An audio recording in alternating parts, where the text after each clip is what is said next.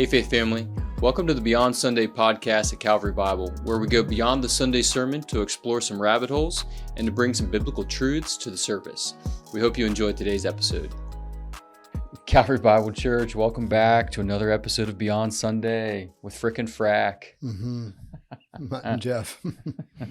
Oh, good. Speaking of jokes, Randy. Oh. We're going to start off strong this week. I'm overdue. Yeah, I mean, you know my dog. She got in trouble for chasing people on a bike.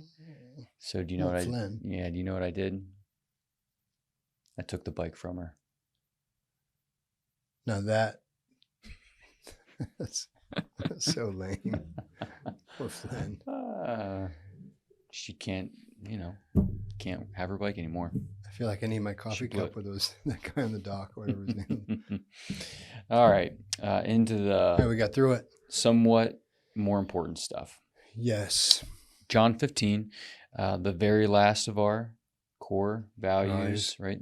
CBC values here. Mm-hmm. So just a little background question, because this is one that has, I think, the longest history. And when we were talking about what are the values here at Calvary Bible, I think this was the first one to make the cut, or the easiest one to kind of hone in on because of its presence already. So my recollection is that it was a term that you started using or had been using even before your time here.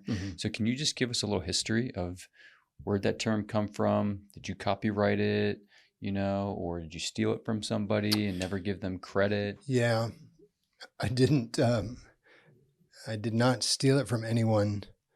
By the way, it's interesting nowadays. The Genesis commentary that I was working on with John Soden for all those years is at the publisher. And so we got an email this past week that said that they ran it through plagiarism software. Oh, okay. Interesting. And that may not be the technical term for it, I'm sure, but that's what it does. Pick up on. Yeah, and they said it passed. So Nice. I was really glad Good for you.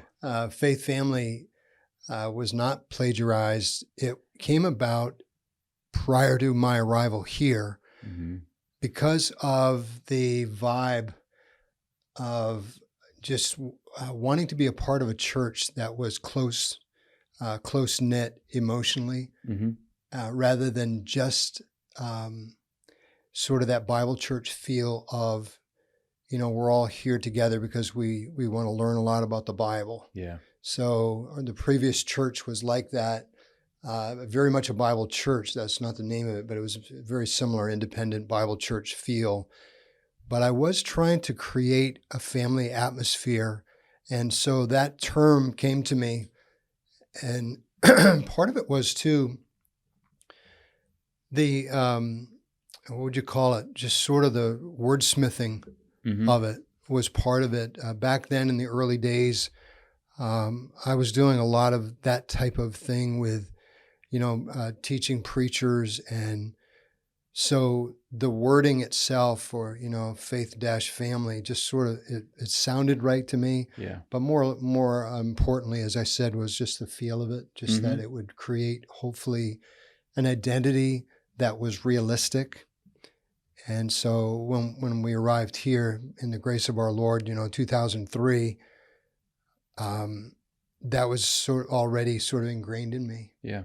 No, that's good. Yeah. And I think it really has been an identifier and helped to form an identity for this place. So, that's interesting. Good to know.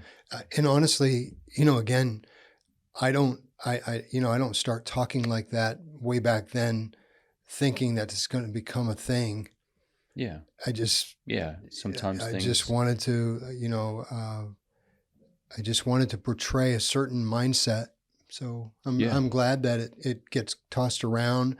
I'm more happy that it's a reality here in a lot of sectors. I know it's not perfect here, but sure, a lot of new people that come, when they talk to me about their early experiences here, they feel the love amongst us, which I think is just fantastic. And I just give God the credit for all of that. Yeah. And that's a hard but important thing to maintain. love for each other while also having open arms to other people, Yeah. to come in and be a part of what's happening here. And it was the other thing, just to be fair too, and to be accurate about the history. When we arrived here, you might have even been one of the people that contributed to this, because there was a sense of when a new person came, usually, like Kim and Linda Lippiett, dear Kimber's with the Lord now, but they were often one of the ones that would invite you to lunch. So, excuse me. So you have that in place here, where people are very quickly talking to new people, but more than talking to them, making them feel a part of this place and say, hey, come eat with us. And, so that's a credit to maybe you and the others. Yeah. It's amazing. I was actually just reading last night about the importance of meals. Yeah. Not just family meals, but like sharing meals with friends and other people. Yeah. Just bringing them into life. Yeah. With sharing life together. Well, let me say to you too, it is, on Sunday, when we haven't done this for a long time, but when you invited folks to greet each other, I don't know if you caught just how overwhelming that buzz was. I mean, that was like I picked and then up at on the it. end, I couldn't rein it in. Yeah. And my mom, interesting, my mom who watches faithfully the live stream from Maine, from the state of Maine. And, she and I were sharing yesterday, we're not huge fans of that practice, even though we're both very social people. Okay. But Sunday's experience though was, there was nothing awkward about that. There was just, I think people were just caught up in the joy of being together and loving each other, a lot of hugs. So that, I thought that was great. Yeah. And part of it is we haven't done it for a long time. Right. So it had a freshness to it, but it was a great faith family event, mini event. Yeah. Yeah. Those aren't my favorite times either, especially if, and I addressed it, but if you're new to the church, you're like, oh my goodness, this is going to be brutal, painstaking. And we had a guy from Ethiopia. Oh, did we? I met him. He was very bright in the sense that he wrote his name out on a bulletin, so that when because he said his name to me, I greeted him in the foyer. He said his name. I had trouble repeating it back, so he flipped his bulletin over and showed the handwriting of his name. I thought, that's bright to do that, because he knew what to expect. But as soon as you said that, I wished I could have found him back there somewhere, because he was here with some of his children, attending Calvary, big Calvary in Lancaster, but they just moved to Mount Joy. Okay. And so he just came to see how it was, and I hope it was a good experience. But he was one of those primary ones that got caught up in he probably got mobbed. Yeah, I hope he got mobbed in a good way. Me too. Yeah, I'm sure he probably did. I hope. Cool. Anyway, that's enough of that. Yeah, that's fun. All right, so into the sermon. We're gonna just come in hot and heavy here. You ready for this? I am. So it was towards the end of the sermon. To me, it's just me guessing, right? I don't think you intended to do this, but you did. And you stepped into the off the cuff part of Randy's sermon. You started talking about Democrats and Republicans. Oh, yeah. Yeah. Was that planned, or did you just in your mind and not sure if you were going to go there? No, it wasn't planned. Like, it wasn't anywhere in the notes, but it just seemed to be in my head. Like, that's the most unlikely occurrence. Yeah. So here's my question, because, and I don't want to get you in trouble here. That's fine. No, actually, it'd be okay. We're all getting in trouble together. So the context of it was, in a church, you might find a Jesus-loving Democrat and a Jesus-loving Republican. And from what I was gathering, you were saying those two, their love for each other, right, ought to not be impeded by or hindered by their difference of political views or parties anyway. Right? Yeah. My aim was that was in my head the best example of out there. How's the verse go? That, by this shall all men know that you're my disciples if you love one another. And so here would be a great example of, here's two Christians, two different political views, but out there, the non-believing person knows that they're Christians, and they see their love for each other despite their political views, and therefore they By this shall all men know that you are my disciples. So their love for each other testifies to their being a Christ follower, was what I was really trying to get at. So how is that possible? Why is that important? How is it possible? I think is Yeah. just the love one another is that affection for a faith family member goes way above any type of differences of opinions about anything. Mm-hmm. I mean, there can't be anything. And obviously we have to stay within orthodoxy. So you don't have a division over the deity of Christ, for instance, which separates believers and non-believers. You've got two Christians who love each other, and that affection for the brother or sister overcomes any other type of potential division. Certainly a political one. Mm-hmm. I mean, yeah, but I do think that's a great example. It's one that we see and hear about, especially in an election year. But I think the outside world thinks those two people can't really get along or be friends. But in a Christian context, following Jesus, they not just can, but should. Yeah, because out there, I mean, I know this isn't the case across the board, but by and large, though, the way politics is so divisive these days that you don't have natural non-Christian people on either end of the political spectrum loving each other. Usually that's not the case. It becomes a very bitter, rivalry, and tough words are said. And so in my mind, especially when I'm reading, and what was on my mind, of course, was all this discussion about, we had the Iowa caucuses and then the New Hampshire primary, South Carolina this week, or it's coming up soon. Yeah. And so with all of that reading that I've been doing, just bits and pieces of it, I thought, loving each other, that's a good example of how extreme it should be for Christ followers to love each other despite all these ideological differences, political differences. Yeah. Yeah. So let's take that to, kind of a practical level here. You mentioned one thing, but the question is, what are some practical things that we can do, especially those people who aren't naturally loving or affectionate?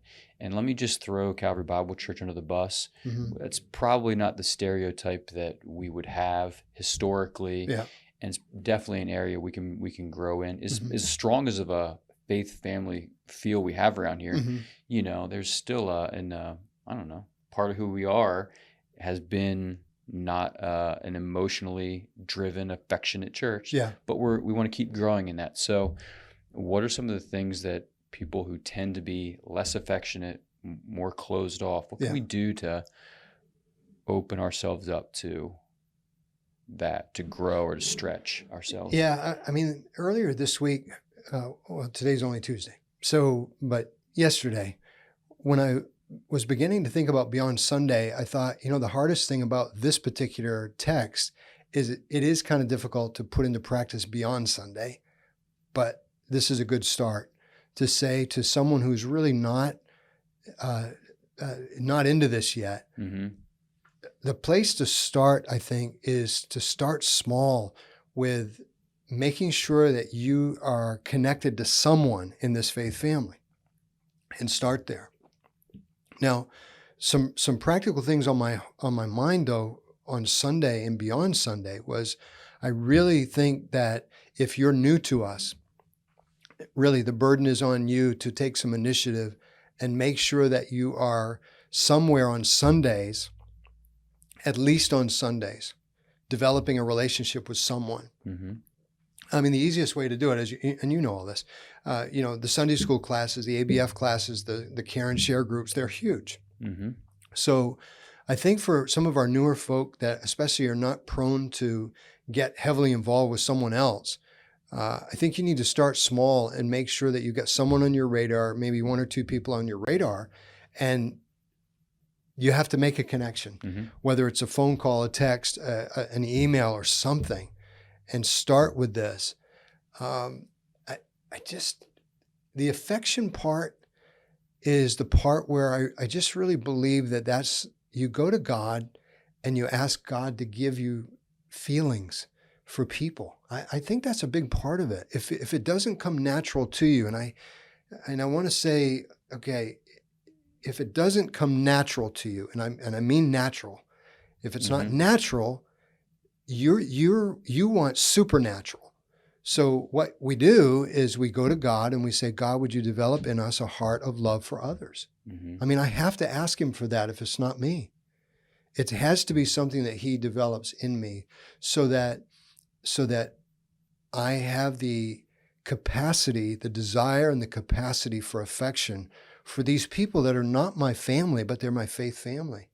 So I think, a couple of things. Take the initiative and reach out, but also ask God to help you with your affections. Does that make sense? Or for just an opening? It does. And one of the things you said on Sunday was, and you reiterated it here, at least to an extent, was make time to get to know someone, right? Just make time. Yeah.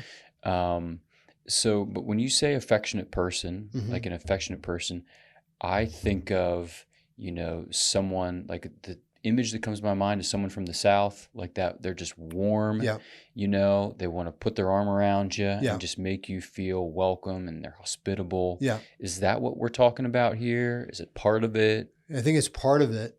I think though, if you just took stock of your emotions and just ask yourself, do you have affection for your faith family? Just that's not beyond your ability to figure that out. What would the opposite of that be? I think the opposite is apathy, not hatred. Now the hatred term and the love term will come up again this coming Sunday when we get back into Matthew 10. But in this particular context of faith family, this is my commandment, that you love one another as I have loved you. I think that you can judge whether or not you are apathetic towards other Christians in church. So remember, a couple of different times I was saying on Sunday, fight against the American tendency to attend church, but you don't get any connection. So you come to church, you leave church, but there's never a sense of which you feel anything for anyone around you. Now, it's not fair for me to say to you, you should feel what I feel, because as a shepherd, I do feel intense affection for these people. I really do. All of them. The hard part is some of them I don't know yet. I haven't even met yet. Yeah. Now, especially this last year or so. So it's not like I'm saying you should feel what I feel to that extent, but I am saying you can't put this, as I said on Sunday, you can't put this commandment into practice without affection. Yeah. There's just no way to do it. So is there a sense of apathy is the opposite? Yeah. So not that you would expect someone to have the same level of affection or type of affection that you do. I would not expect that. That just to me is unreal. But, right, what are some of the ways that has been created in you that you have a pulse on? Yeah. That maybe they will be encouraged or challenged to hear? My mentor, one of my earliest mentors, Jeff Watson, who he was the top signature of my ordination at, back then it was Grace Bible Church in Lanham, Maryland. Jeff was the one who taught me this immediately, just through hugs. It was such a simple gesture, but as I was in ministry training informally after seminary, being in his church, being a part of the leadership, watching him in action in his staff, he displayed this regularly. There was he just made you feel cared for. It wasn't fake. It wasn't mushy. It was none of that. It was just a genuine, hug that said, oh yeah, he really loves me. That's really where it started for me. It's like, wow. Okay, so that's the way you do it. Yeah. Sometimes that was in hospital visitation, but he was just so good that way. And again, Jeffrey was one of those very interesting guy, affectionate with the hugs and all that, but not what would you call it? Not a guy that would cry easily necessarily. He wasn't like that. There was affection, but balanced with I don't know. He certainly was better than I am. I cry easily at everything. He didn't. He was not like that, but he still displayed affection for people, and everybody knew it. So You watching cry him, easily. I did. Oh my word, all the time. It's You like, know, I didn't. Katie wasn't making fun of me on Sunday, but she no, started to get teared up. she She said, did. "I'm pulling to Jonathan over here. Yeah, I'm constantly fighting back tears. I yeah. don't think I've ever Because seen you cry." because you've been in these scenarios where you've been in the tough scenarios where you're doing baby dedications, Yeah. and you know how that you've done a number of memorial services now, so you know what that's like at times, depending on the person. So yeah, so that's why you do it, But just letting your emotions at least come out. Yeah, even if you're like, if you're like Jeff, if you're not the type of guy that or gal that cries, that doesn't mean you can't be affectionate with other people. Yeah. So I think practically speaking, this whole section of loving, verse 12, which is where it started, verse 17, where it ends, again, the bookends of love one another. That commandment is so critical. And it can't be accomplished without you and I having affection for other people in the faith family. So it's, I couldn't think of anything more important, honestly. And I thought about, look at the combination of being biblically shaped at the top of our core values and then faith family. And according to this scripture, being biblically shaped is we have to worship by putting this commandment into practice.